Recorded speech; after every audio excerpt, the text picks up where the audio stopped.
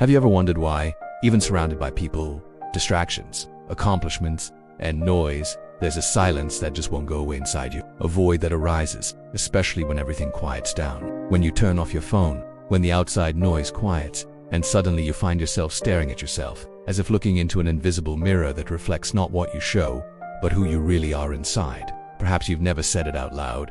Perhaps you don't even allow yourself to think that clearly. But there's one fact you can't ignore. There's a latent question in your soul. A question that transcends cultures, religions, statuses, beliefs, and borders. A question that every human being, sooner or later, will have to answer. Why am I here? What really fills this invisible space inside me, crying out for help? And this is where something begins that you may never have heard. There is a voice, a presence, a consciousness that has been watching you since the first breath you took on this earth. A voice that is not like the voices of this world. It doesn't pressure you. It doesn't accuse you. It doesn't compare you. It doesn't demand performance. It doesn't make you feel inadequate. It calls you. And it calls you not because you are perfect, not because you have done everything right, not because you deserve it, but simply because you exist. And the name of this voice is Jesus Christ. You may think you know this name. Perhaps you've heard it in brief prayers, on hanging crosses, in sermons that seemed distant, or even in social media memes. But the truth is, this name carries a weight, an authority, and a beauty that most people have never truly experienced. Jesus is not a character from the past. He is not a historical figure disconnected from your reality. Jesus is the very definition of meaning. He is the invisible bridge between your finitude and infinity. He is the one who knows you better than you know yourself, who understands your fears, your emptiness, your inner contradictions, your silent falls, and even what you hide from yourself. And you know what's most intriguing? He never abandoned you. He never ignored you. He never turned his back on you. Not even on your worst days. Not even during your most hidden mistakes. Not even during your most confusing decisions. And even though all your life you've learned to look for answers in the world, in others, in science, in work, in money, in human love, in control, or in success, ... He remained there, silent, patient, waiting for you to look inside and finally recognize that perhaps what you've always sought were He. And herein lies one of the greatest mysteries of existence. Why, despite living in a world saturated with information, knowledge, technological progress, and instant answers, have we never felt so lost? Why have we never felt so anxious, so depressed, so lonely, so empty? Why, with so much access, so much consumption, so much entertainment, so many options, does our generation still feel like it has everything, and, at the same time, feel like it has absolutely nothing?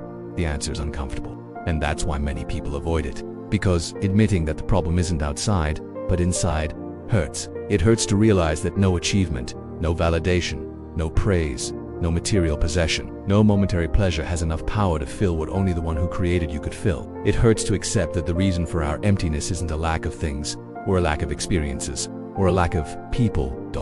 It's a lack of God, it's a lack of Jesus. And maybe you've never thought about it this way, but every human being is born, unconsciously, with a kind of spiritual emptiness, a space molded exactly to the Creator's measure. You can try to fill it with anything: work, travel, TV shows, social media, relationships, distractions, addictions, food, money, success, beauty, recognition. It may even seem to work for a while, but inevitably, when everything goes silent, that echo returns. That feeling that something is still missing.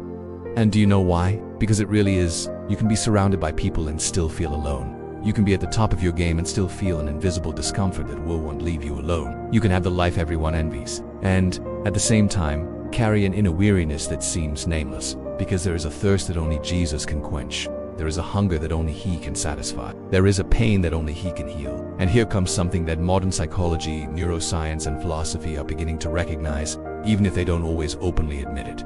Human beings are not just biology, not just brain chemistry, not just social conditioning. Human beings are, at their core, spiritual beings. And when this dimension is ignored, everything falls apart inside. Without God, without Jesus, everything becomes a burden.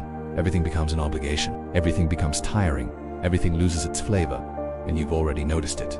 Deep down, you know it, because you've tried everything, and none of these things have completely solved it. And the most surprising thing is that Jesus never asked you to be perfect. He never asked you to have a flawless life, without flaws or mistakes. In fact, it was He who bluntly declared, "Come to me, all you who are weary and burdened, and I will give you rest." You see, He doesn't call out to the strong, the flawless, the in control. He calls the weary. He calls the broken. He calls those who, like you, have already understood that it is no longer possible to carry everything alone. And if you think this is too poetic to be true, then stop and think. If there is a hunger in your soul that nothing can satisfy, perhaps it is because it was not made to be filled by anything this world can offer. Perhaps this hunger is the imprint of God on you. Perhaps this ache you feel, this restlessness you cannot explain, is in fact the sound of Christ himself calling you back home. You can even ignore that voice for a while. You can distract yourself, occupy yourself, numb yourself, but that voice won't go away because it's not a suggestion. She is a vocation of love, a vocation of life, a vocation of freedom. And this is where everything begins to change. Because when you understand that Jesus is not just an option, but the very source of life, something inside you begins to reorganize. It begins to make sense. It begins to breathe again. And from here arises a question that could be the key to your entire existence. A question you can no longer ignore. If Jesus is calling me, what is really stopping me from responding? And that question you will carry with you from now on, because it won't disappear just like that. It will resonate within you until you have the courage to face it. Because the moment you answer it, the moment you allow yourself to look at this calling honestly, something supernatural begins to happen. The chains within you begin to break. Illusions begin to fall away. The lies you believed about yourself begin to be unmasked. Because Jesus didn't come to superficially fix you. He came to transform you, to rescue you from yourself, to return you to who you always were, before the world hurt you, before life destroyed you. And if you feel like this message speaks directly to you, don't think it's a coincidence, because it isn't. You could be watching anything right now. You could be anywhere else. But for some reason, you're here, listening to this, and you know why. Because Jesus is calling you. And perhaps, without realizing it, your soul has always known it. It has always felt that. Behind everything, behind every search, every frustration, every pain, what you were looking for, there was never an answer. There was never an external solution. It was always a presence. It was always him. It was always Jesus. And if this calling is knocking so loudly inside you, then the only thing you need to understand now is that it's not the end, it's just the beginning. Because what comes next will confront you in ways you may never have experienced before. It will force you to look inside yourself like never before. It will show you, without filters, the true reason for your emptiness. And when you understand it, nothing else in your life will stay the same. And that's exactly what we're going to talk about in the next part.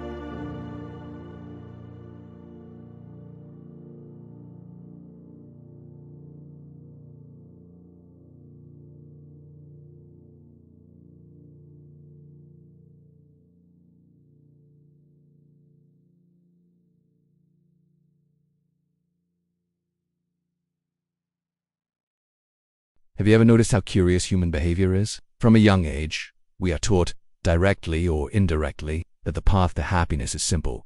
Study, work, achieve goals, accumulate, be admired, be desired, be successful. And so, we embark on a silent race, often without realizing we're in it. A race that begins the moment we understand that, to be accepted, we need to prove something. Prove that we are good enough, smart enough, beautiful enough, strong enough. And so, without realizing it, life becomes an eternal marathon of acceptance, control, and recognition. The problem is that no one tells us that this breed. In fact, there is no finish line because, the more you run, the further away what you're looking for seems to be. You even reach some places, you achieve things, you win battles, you earn applause, recognition, awards, followers, money. But, deep down, there's always that uncomfortable silence, that invisible echo that insists on asking, was that all? Was that all you were looking for? And that's precisely where the great paradox of the human soul begins. Because the more you try to fill yourself, the more you realize that nothing is the right size for the emptiness you carry inside. And this is where one of the greatest traps of existence arises. The illusion that you can be your own savior. You may not even realize it, but this whole drive to seek control, to want to have all the answers, to try to ensure your own emotional, financial, and lifelong security, is, in practice, an attempt to be the god of your own story, an unconscious attempt to take control of something you, deep down, know you never had. And this isn't just a spiritual concept, it's also a psychological reality, because when you impose on yourself the responsibility of being everything, knowing everything, being able to do everything, never making mistakes, never failing, never disappointing, you trigger a silent cycle of emotional, mental, and even physical exhaustion. You become hostage to an internal pressure that gives you no respite, because no matter how much you do, at the end of the day, it never seems to be enough. Never. And you know what's even crueler? The society we live in fuels this very cycle. We're constantly bombarded with messages telling us we can be anything we want, that we just have to desire it, but everything is in our hands, that success depends solely on effort, discipline, and mindset. But no one talks about the emotional, spiritual, and psychological cost of living, believing that you're the one who needs saving. Think about social media. For example, how many times have you caught yourself comparing your real life full of challenges, pain, and uncertainty to the edited image of other people's lives? You look and see someone who seems to have it all figured out. The perfect body, a successful career, flawless relationships, incredible trips of life. That, in your head, seems unattainable. And then that subtle, almost imperceptible, but deeply destructive thought arises. Why can't I be like this? Why can't I? What's wrong with me? And without realizing it, you sink again into the attempt to fulfill yourself. Perhaps you throw yourself into work, seeking success to feel worthy. Perhaps you seek the emotional security you can't find in relationships. Perhaps you take refuge in vices disguised as entertainment, instant pleasure, distractions that make you forget, even for a few minutes, the weight that weighs you down. And that's when the emptiness really starts to hurt. Because no matter how much you achieve, buy, live, experience, nothing gives you the rest your soul desperately craves. And here comes a truth that not everyone is ready to hear. But if you have the courage to face it, it can become the beginning of your liberation. You are not created to be your own savior. And every time you try to be, you get sick. Your mind gets sick, your soul gets sick, because you're trying to occupy a place that doesn't belong to you. You're trying to carry a weight that should never have been on your shoulders. The emptiness you feel isn't a defect. It's a reminder, a divine sign that something essential is missing, and that something isn't a thing. He's a presence, he's a person, he's Jesus. And no, this isn't a religious discourse. It's not trying to impose a doctrine or belief system on you. It's an existential fact. Because when you understand that you were created by God to live in connection with Him, it makes sense that everything you try to use to fulfill yourself, money, status, relationships, fame, power, would never work. Because that's what this emptiness was created for. To remind you that you are not complete without Him. And perhaps right now, at this very moment, you're realizing how many times you've tried to be your own God. How many times you've believed that if only you had more money, more recognition, more validation, more control, you'd finally find peace. How many times you've put off your own emotional, spiritual, and physical health, always putting the next goal, the next objective, the next achievement ahead of you, hoping that once you got there, that inner discomfort would disappear. But when you got there, you realized the emptiness was still there, perhaps disguised, perhaps latent, perhaps hidden behind a new distraction, but they're always there. And the most interesting thing is that the more we try to save ourselves, the further we distance ourselves from the only source that could truly save us. Because, in practice, this unbridled pursuit of self-control isn't just a survival strategy. It's unwittingly a silent declaration that says, I don't need God. I can do it myself. And herein lies humanity's oldest conflict. This is exactly what happened in Eden. When Adam and Eve decided to eat the fruit, it wasn't just a matter of disobedience. It was an existential declaration of sin. It was as if they were saying, we no longer need God. We can decide what is right and what is wrong. We can be masters of our own story. And ever since, all of humanity has carried this same wound, this same illusion of control, this same desperate attempt to save itself from itself.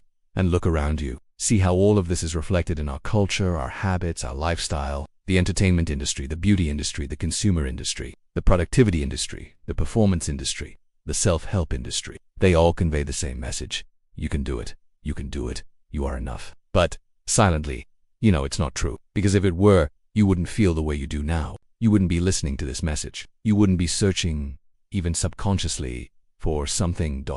for someone.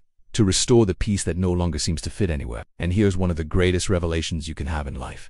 The more you try to save yourself, the further you get away from Jesus, the only one capable of saving you. The more you try to fill this void with things, people, and experiences, the more you realize that none of them have the power to access the deepest layers of your soul, because only the one who created you has the key. Only the one who formed you knows the codes that decipher your existence. And Jesus doesn't demand anything from you. He doesn't demand perfection. He doesn't ask you for a life without flaws, without mistakes, without falls. Quite the opposite. His invitation is simple, direct, liberating. Come to me, all you who are weary and burdened, and I will give you rest. And look carefully, he didn't say, come to me, you who are perfect. No, come to me, you strong ones. No, come to me, those of you who have everything under control. He said, come to me, you who are weary, you who are burdened, you who can't take it anymore, you who understand that you can no longer carry this burden alone. You may not have realized it yet, but that's exactly what you feel. Tiredness, a tiredness that can't be cured with a good night's sleep, a tiredness that can't be cured with vacations, trips, or physical rest, because this tiredness doesn't live in the body, it lives in the soul, and your soul is crying out for something it doesn't even know how to ask for. But that, deep down, it always knew it needed Jesus. And if this message touches your soul, don't think it's a coincidence, it isn't. Because no one stumbles upon Jesus. He isn't found by chance. He is found by those who he himself seeks. And if you're here, if you're listening to this, it's because Jesus is calling you. He's giving you a sign. He says to you, silently, but with absolute clarity, you weren't born to carry this alone. Let me be that for you. Let me be your rest, your refuge, your peace, your healing, your meaning. And maybe now you're beginning to understand what was never explained to you. The emptiness you feel was never a problem to be solved. It's always been a compass pointing to Jesus. It has always been a reminder that you belong to something much bigger than this life has led you to believe. And that's exactly what we're going to keep talking about. In the next part, there's something incredibly curious about human behavior. We spend our lives searching for something that, deep down, was already searching for us long before we were even aware of it. Have you ever stopped to think about it? Have you realized that our search for meaning, peace, and belonging was never, in fact, solely our own initiative? Because even though it may seem like you decided to search, there is something, or rather, someone who was already searching for you long before you felt that emptiness in your chest. It's almost uncomfortable to face this, because this realization shatters an illusion we secretly nurture. The idea that we are in control, the idea that we are the ones who choose the time, the path, the pace, and even the direction of our inner transformation. But in reality, if you look honestly at your history, you will notice signs that were always there, moments that seemed fortuitous, encounters that seemed casual, thoughts that emerged in the silence and insisted on touching your conscience like someone whispering, there is something else ... and you know it. But what if that something never existed? What if, in fact, what you were always searching for was a presence? What if, without you realizing it, the name of that presence was already resonating within you, even before you understood your own search? Think about it. How many times have you found yourself staring at the ceiling in the middle of the night, wondering why, despite everything, you still feel that existential discomfort? How many times have you reflected on your life and realized that, even surrounded by everything you were told would make you happy, there's an inner silence that just won't stop? And now I ask you, is this silence really a sign of absence? Or is it, in fact, the very space where God waits to be found? There is a mystery in how Jesus relates to those who choose to seek him, because he never forces, he never invades, he never imposes. Jesus even respects the free will of those who choose not to listen. But at the same time, there is a promise that cannot be ignored.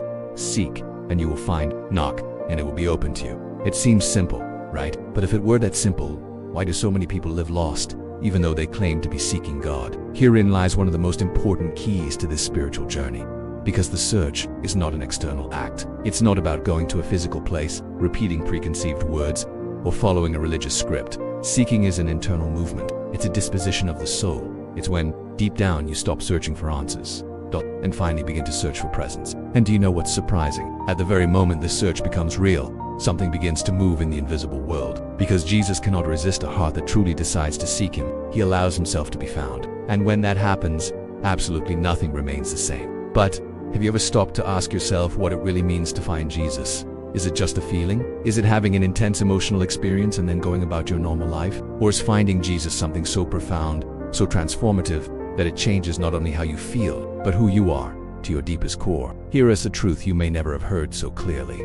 Finding Jesus isn't about easing the pain. It's about completely changing your relationship with him. It's not about eliminating all problems. It's about experiencing a peace that simply doesn't make sense in the face of problems. It's about discovering that, even in the midst of chaos, there is a center of balance, of security, of belonging. And that center is not a philosophy, a technique, or a method.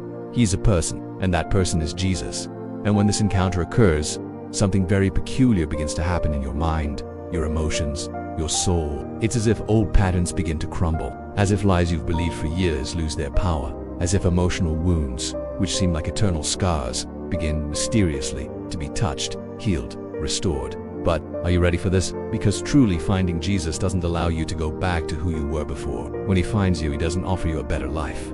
He offers you a new life. And this new life begins exactly where your attempt to save yourself ends. Because the moment you give up, the moment you admit, I can't take it anymore, I don't want to carry this weight anymore. Jesus, I need you. It's as if the whole heavens were moving in your favor. It's as if the gates of the invisible were opening. And what seemed impossible, being free, being whole, healing begins, little by little, to become a reality. You know that trauma that seemed impossible to overcome. That fear that silently followed you. That constant feeling that something's wrong, that something's missing, that something hurts, even if you don't know exactly what it is. All of that starts to lose its power. Not because you've gotten stronger, but because Jesus became his strength. And suddenly you begin to realize that what you called strength was actually just survival, and that what you considered normal constant anxiety, insecurity, fear, insomnia, lack of peace never was. It was just the symptom of a soul disconnected from its source. Have you ever stopped to think how many years of your life you've spent trying to fix something that couldn't be fixed from the outside?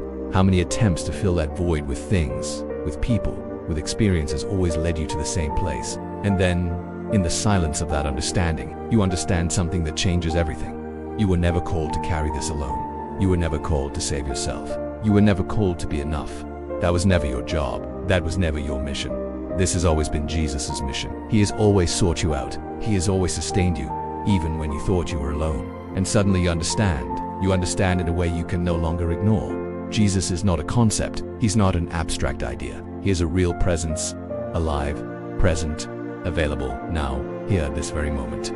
But maybe you're wondering, how do I know it's real? How do I know it's true? And the answer is disconcertingly simple. You know it, you've always known it. Because, forever, this presence has surrounded you. There has always been a call, a whisper, an invisible invitation that, no matter how much you ignored it, never left you alone. Remember that time you almost gave up everything, but mysteriously, something stopped you. Remember that day when there seemed to be no way out, but somehow you were saved, protected, cared for. That wasn't luck. It wasn't coincidence. It was Jesus. It was him, silently showing you that, even when you didn't realize it, he was there. He always was. And now, when you finally decide to no longer ignore this calling, something begins to change in your inner world. Everything begins to reorganize. Priorities change. Perception changes. The way you see life, others, and yourself begins to transform little by little. Because when you find Jesus, or, better yet, when you allow him to find you, you discover that you no longer need to be who the world has taught you to be. You discover that you no longer need to live in survival mode. That you no longer need to prove your worth, defend yourself, hide, or numb yourself. Because what defines you is no longer your pain, your past, your mistakes, or your fears. What defines you? He's the one who created you. He's the one who calls you by name. It's Jesus. And then you understand that this encounter isn't the end of your quest. It's the beginning of a new journey. A journey in which, for the first time, you no longer have to walk alone. In which, for the first time, you understand that you no longer have to carry anything that destroys you. And this is where perhaps the most powerful question of this entire journey arises. If it is true that Jesus found you, then what's stopping you from walking with him now? And that answer, you will only discover it in the next part. Now imagine a completely silent room. No external noises, no notifications, no voices, no music, no sound at all. Just you. Just the sound of your breathing, your thoughts, your heartbeat. This is the kind of silence that, for many, can be uncomfortable. Because when everything outside is silent, that's when the noise within begins to scream.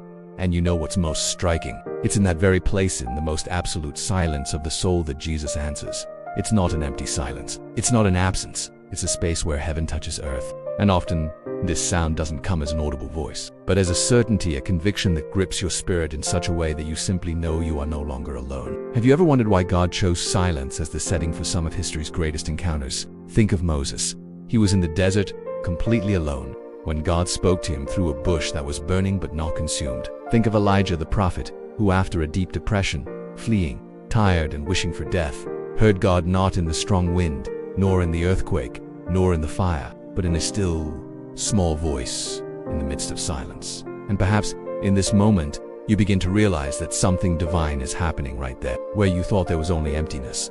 The world is noisier than ever. A global survey revealed that, on average, a person receives more than 90 notifications on their cell phone per day. We spend, on average, 7 hours a day looking at screens. This means that almost half of our waking time is absorbed by stimuli, information, news, social media, entertainment, demands. And, amidst all this, it's almost impossible to hear anything but the chaos itself. But you know what's most terrifying? Even amid so much noise, we've never been so alone. The World Health Organization notes that more than 280 million people worldwide suffer from depression. Anxiety affects more than 300 million. And behind these numbers, there is a multitude of inner voices silently screaming, pleading for meaning, answers, and rest. And this is where something emerges that defies all human logic. While the world tells you that you need to produce more, run more, achieve more, show more of yourself, Jesus invites you to do exactly the opposite. He invites you to silence, to the place where he can finally answer you. Because what you really need isn't more answers from the world. What you need is an answer from heaven. But how does this response occur? Is it real? Does Jesus really speak? Does he really listen? Perhaps your mind, trained by rationalism, logic, and the demand for control, questions it. And that's okay, because doubt itself is part of the journey. But here's a fact that no statistics can deny. There are millions and millions of stories in every corner of the world of people who, when they found themselves at the limit, hitting rock bottom at the end of all human possibilities, listened, felt, were moved, were transformed. Not by an idea, not by a concept, but by a living presence, by Jesus. You might think this is something exclusive to very spiritual people. People who live isolated, in mountains, in monasteries, far from the real world. But no, this happens to ordinary people. It happens to fathers and mothers, business owners, students, workers, people who, in the midst of the hustle and bustle, on a seemingly ordinary day, experience the extraordinary. Because Jesus doesn't wait in line. He doesn't choose the holiest or the most prepared. He responds to those who cry out, to those who dare, amid the noise, to seek the silence of his presence. And if you think this is far from your reality, I invite you to reflect. How many times in recent months have you felt tired? Not from physical fatigue, but from that weight that seems to live in your chest. That emptiness that not even you can explain. That feeling of being lost, even though you know exactly where you are physically. It's not a coincidence. It's not just stress. Often it's the cry of your own spirit for something that transcends all that is visible. And here comes a question you may never have asked yourself. What if the silence you feel isn't abandonment, but preparation? What if silence isn't the absence of God, but space for you to finally hear him? There's a story that, for me, perfectly illustrates this reality. It's that of a man named Nick. Nick was born without arms or legs. Since he was a child, he wondered why God had allowed him to be born that way. He spent years battling depression, bullying, and a constant feeling of worthlessness, until, at the height of his despair, in the absolute silence of his room, he recited a simple prayer, almost without strength, almost without faith. God, if you really exist, show me. And in that moment, Nick didn't hear a voice. He didn't see an angel. He didn't have a supernatural vision. But he says something shifted deep inside him. A peace he'd never experienced before swept over him, an inexplicable certainty that his life had a purpose. And from that moment on, his story changed. Today, Nick travels the world, preaching, witnessing, impacting millions of lives, proving that Jesus doesn't just respond to the perfect, he who lets himself be found answers. This isn't an isolated case. There are thousands, perhaps millions of stories like this. Stories of people who, after trying everything when there was no way out, discovered that, in reality, they never needed so many answers. They only needed a presence. And that presence was Jesus. And now answer me honestly. What are you really looking for? Do you want answers, or do you want rest? Do Do you want more control, or do you want to finally surrender? Do you want life to unfold your way, or do you want to discover what God can do when you surrender everything into His hands? Because here is a truth you may have never heard. God is not obligated to respond in your language, or in your time, or in your format. He is not a tool, or an on-demand service, or an app you activate whenever you want. He is God, and like God, He chooses how, when, and in what form He will manifest Himself. And many times, He chooses silence, but not because He doesn't love you, not because He's forgotten you, but because, in silence, His voice grows louder within you. And that's when you realize that, in fact, He has always been speaking. You just weren't listening. Have you ever noticed how, in the most important decisions of your life, silence has always been present? Before accepting a job, before starting or ending a relationship, before a major change, there's always that space of uncertainty, that uncomfortable emptiness, and perhaps it's not just the silence of circumstances. Perhaps it's God Himself calling you to listen, to pause, to observe. There's a surprising fact that few people know. Neuroscientists have discovered that the human brain processes, on average, more than 6,000 thoughts a day. This means our mind is a non-stop noise machine. And do you know the effect of this? Anxiety skyrockets. Depression grows. Burnout becomes an epidemic. Because we've been trained to never stop, to never be silent, to never listen to what deep down our spirit has been trying to tell us for years. But Jesus, He does things differently. He doesn't compete with the noise. He doesn't shout. He doesn't invade. He calls. He waits. He offers. He reveals Himself to those who choose to stop, to those who choose to listen. And when you allow yourself this encounter, something supernatural begins to happen. The questions may still be there, but the despair disappears. The pain may not disappear immediately, but the weight begins to dissolve. And perhaps, right now, at this very moment, you are experiencing something you can't even name. A mixture of peace and restlessness, of fear and hope, of doubt and certainty.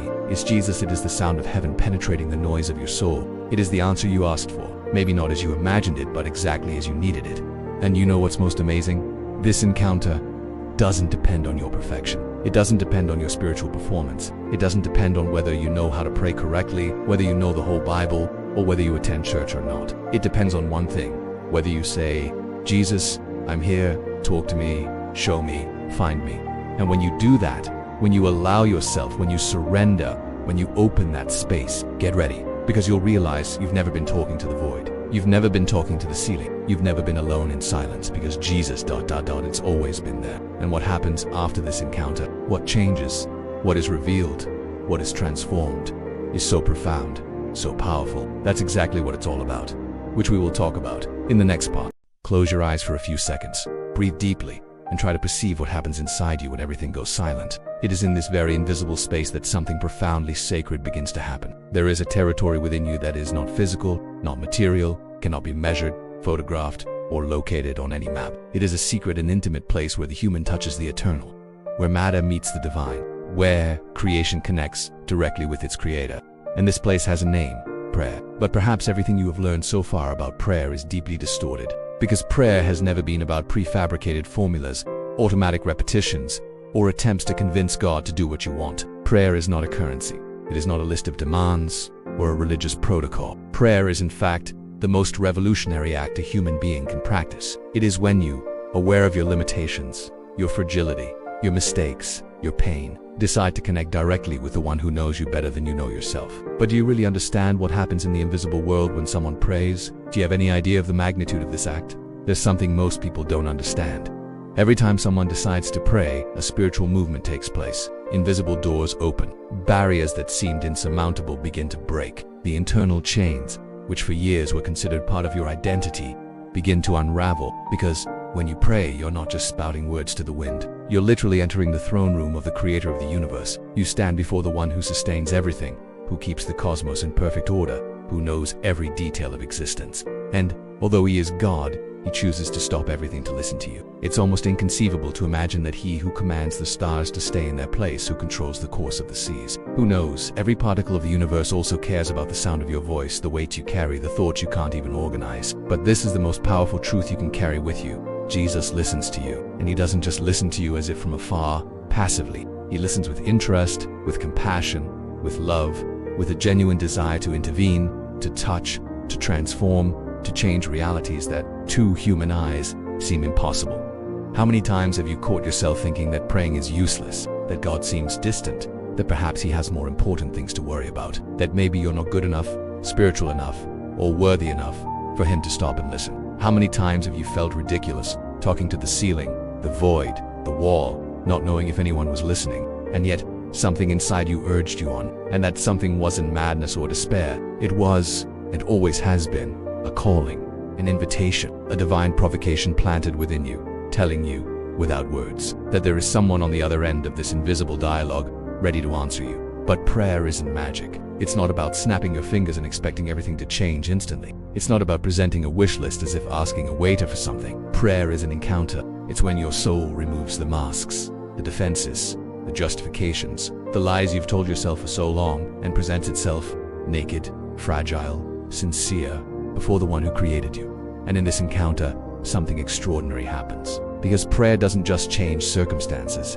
it changes you. It reorients your spirit, your mind, your heart, your perception. It shifts the center of your existence from chaos to the presence of Jesus. Have you ever noticed how everything in life trains you to flee from silence, from introspection, to avoid anything that connects you with your inner self? The world constantly pushes you toward the external, toward noise, toward acting, toward distraction, because, deep down, an invisible spiritual war is being waged. And the enemy's greatest fear is not that you will fail, or that you will sin, or that you will fall. The enemy's greatest fear is that you will pray, because he knows that the moment you pray, the invisible chains begin to break. And if you think prayer is something reserved for very holy, very spiritual, very prepared people, let me tell you a secret.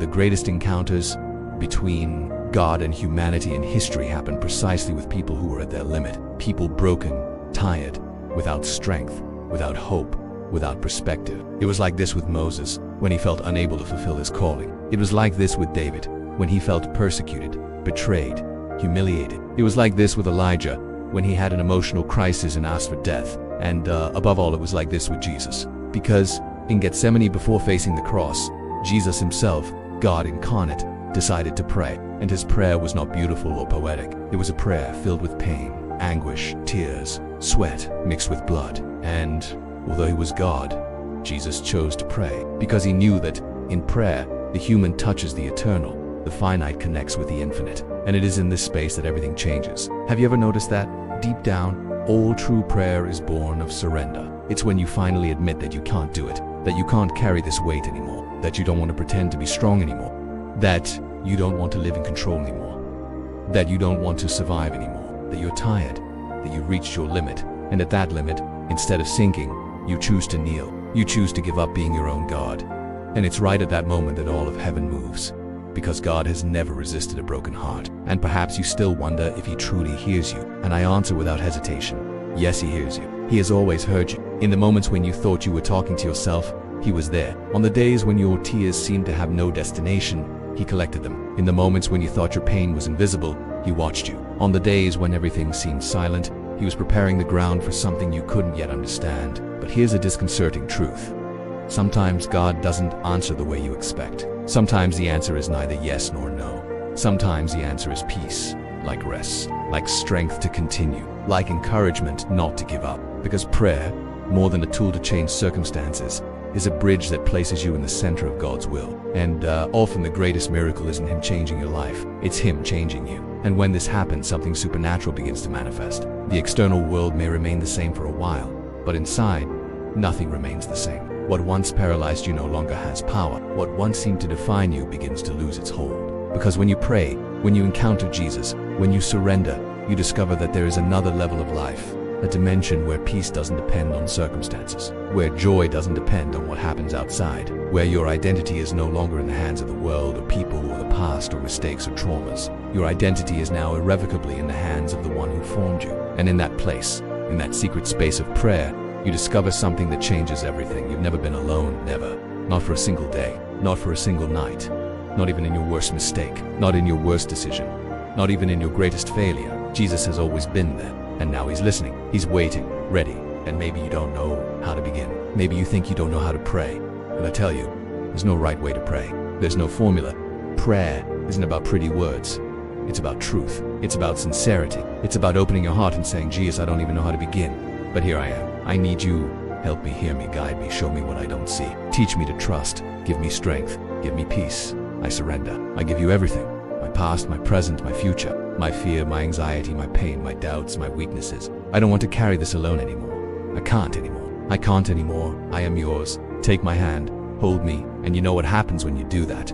Heaven moves, angels are sent, doors open, chains break, wounds begin to heal. The impossible becomes reality, because on the throne of God there is no lack, there are no limits, there is only love, grace, mercy, power, presence. And when you touch that place, when you experience that reality, you can never go back to who you were before. You can never live disconnected again. Because once you know what it's like to be in the presence of Jesus, everything outside of him loses its flavor, loses its meaning, and all you want is to remain, to live in that presence, to breathe that peace, to walk with him, to hear his voice, to become more like him every day. And it is precisely what happens after this encounter. What it means to live a life marked, transformed, and sustained by the real and constant presence of Jesus, that we will talk about in the next part. Imagine for a moment what your life would be like if, from now on, you decided to live completely centered on Jesus.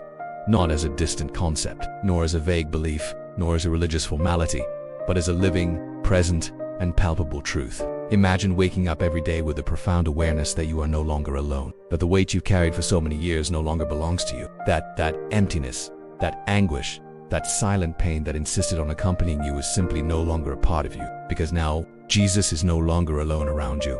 He is within you. He is your center. He is your sustenance. He is your strength, your refuge, your compass, your rest. But is this really possible? Is there a practical, concrete, and real way to live like this? Is it possible to transform everything you've felt, reflected on, and experienced up until now into a lifestyle? The answer is direct, honest, and resounding. Yet it's absolutely possible. And more than possible, it's necessary. Because after everything you've lived through, everything you've faced, everything your soul has carried, it no longer makes sense to go back to who you were before. It no longer makes sense to live as if you were still alone, lost, disconnected. Now you understand. Now you carry a truth you can no longer ignore. When Jesus becomes the center, absolutely nothing remains the same. And maybe you're wondering, but how do I do it in practice? How do I live it in my daily life, amidst the challenges, responsibilities, pressures, routines, and pain that still persists? And this question is precisely the beginning of your transformation. Because living Jesus-centered isn't about perfection. It's not about never feeling pain again, never making mistakes again, never feeling weak again. Living Jesus-centered is about choosing every day, in every small decision, in every thought, in every reaction, in every attitude, to turn to him. It's about consciously deciding that you no longer want to live on autopilot, that you no longer want to be controlled by your fears, by your pain, by your past, by your tiredness, by your anxiety. You want to live in the presence, in the direction, in the care, in the love, in the grace, in the purpose, in the truth of Jesus. And how do you achieve it? Yes, there is a plan, a path, a practical, real, and concrete strategy that you can apply right now. And I want to give it to you, because it's not enough to move you. It's not enough to touch you. It's not enough to inspire you. I want to guide you toward real change, a transformation that starts within ... and spills over. The first step is simple, but absolutely essential. Consciously decide each day to begin your morning in the presence of Jesus. This doesn't mean waking up and reciting a long, perfect prayer full of beautiful words. It means before you touch your phone, before you fully open your eyes, saying, Jesus, I surrender my day to you. Be the center. Guide me. Show me what I don't see. That alone changes everything. Because when you surrender your day, your mind, and your heart to him before anything else, you connect with heaven. You begin the day not in chaos, nor with anxiety, nor on autopilot, but in rest, in security, and in the guidance of the one who knows exactly what you need. The second step is to develop the habit of listening. Most people view prayer as a monologue. They talk, and don't stop to listen. But if Jesus is real and you already know it, then he speaks. He leads. He points. And to listen, you need to learn to be silent. This can be done simply and practically in the midst of your routine. Set aside 5, 10, or 15 minutes each day to simply stop. Take a deep breath. Put on some instrumental music if you like. And in that space say, speak, Lord, I hear you. And then just listen. Perhaps a thought will come to you that brings you peace. Perhaps an idea, a conviction, a memory, a verse, a revelation will come to you that you know deep down didn't come from you. That is God answering you. And the more you practice, the more sensitive you will become. The third step is extremely powerful.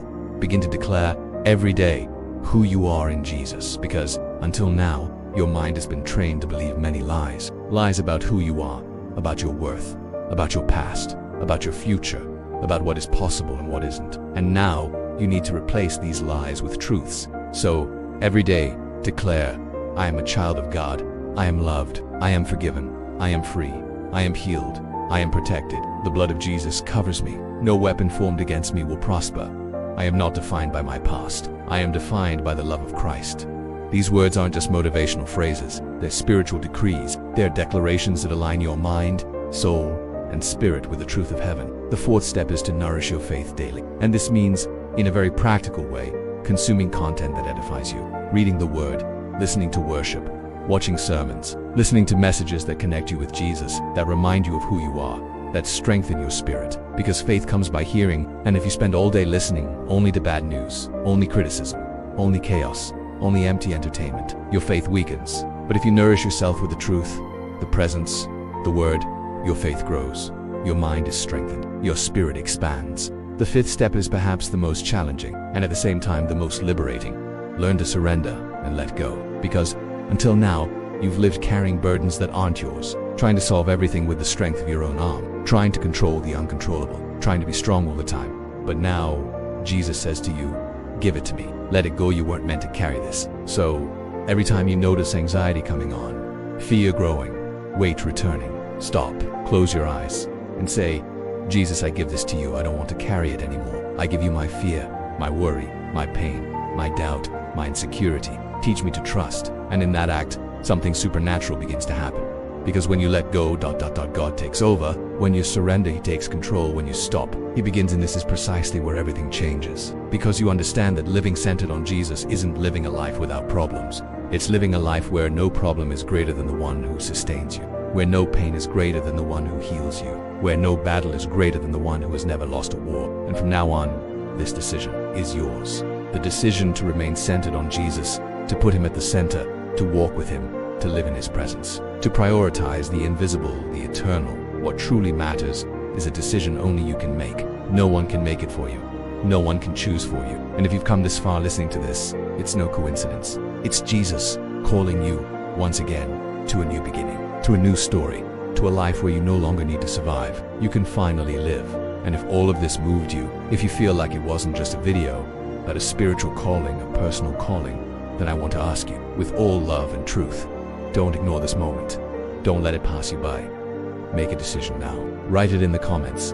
If you wish, publicly or even anonymously, I choose to live centered on Jesus. Or share your prayer request. Share your struggle, your pain, your doubt, your process. Because here, in this space, no one walks alone. We will pray for you. We will walk with you. And if this message moved you, edified you, or strengthened you, I wholeheartedly invite you to subscribe to our channel. Because here you will find words that uplift you, align you, and connect you with heaven. Like this video so this message can reach more lives. And share it. Because perhaps, right now, someone you know, someone you love, desperately needs to hear this. And you can be the instrument God uses to transform that life. May the grace, peace, love, presence, and care of Jesus Christ be with you today, tomorrow, and always. And never, ever forget it. When Jesus becomes the center, absolutely nothing stays the same.